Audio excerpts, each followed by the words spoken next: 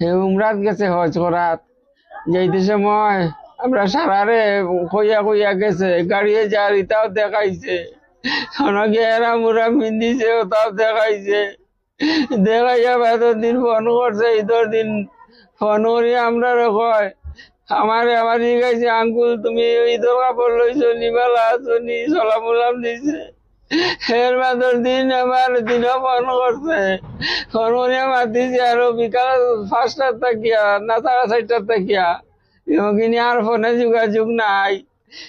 এরপরে তার লগরে ঘুরে ফোন করা হইলো তার মা যেন আমার ফুয়া ঘুরে যোগাযোগ করিয়া দেও। এরপরে তার মারে যোগাযোগ করিয়া দিয়েছে বেটাকে রাত 12টার সময় দিয়েলে আমার আঙ্কুলের কাছে ফোন দেও। আমার কাছে ফোন দিছেন দিয়া কইছেন যে তুমি তোরা পারে যাও। ও আমি বাড়ি আইসি আইলে কইছে শাহিদ স্কিটের মারা গেছে। ও মানুহ বলাইলো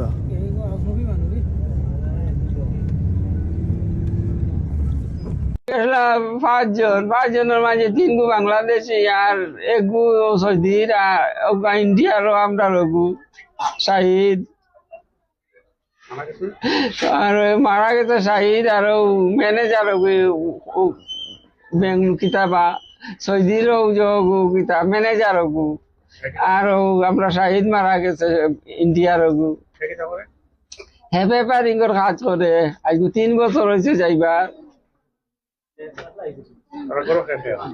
গড়ে এখনো তার ছোট ভাই একগু আছে আর মা আছে আর তো চাচি চাচাই নেরা আছে চাচার ঘর ভাই বোনি আছে আর বইনা যেন আসলা ও আমরা চামড়া গুদাম বিয়া হয়েছে।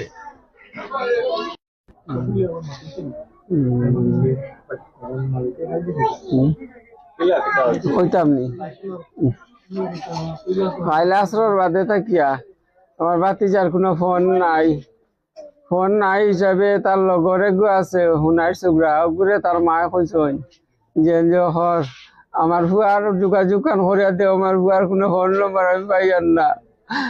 ওকে কইছে আন্টি আমি ফোন করিয়া তোমার যোগাযোগ করিয়া দিমু। এরপরে রাত 12টার সময় ফোন আইছে আমার কইছে আঙ্কুল তুমি বাড়ে যাও। আমি বাড়ি আইসি এলে তোমার তার শাহিদ মারা গেছে স্কিটে লইয়া। ওকে কইছে আন্টি আমি ফোন করিয়া তোমার যোগাযোগ করিয়া দিমু। এরপরে রাত 12টার সময় ফোন আইছে আমার কইছে আঙ্কুল তুমি বাড়ি যাও। আমি বাড়ি আইসি এলে তোমার তার শাহিদ মারা গেছে স্কিটে লইয়া।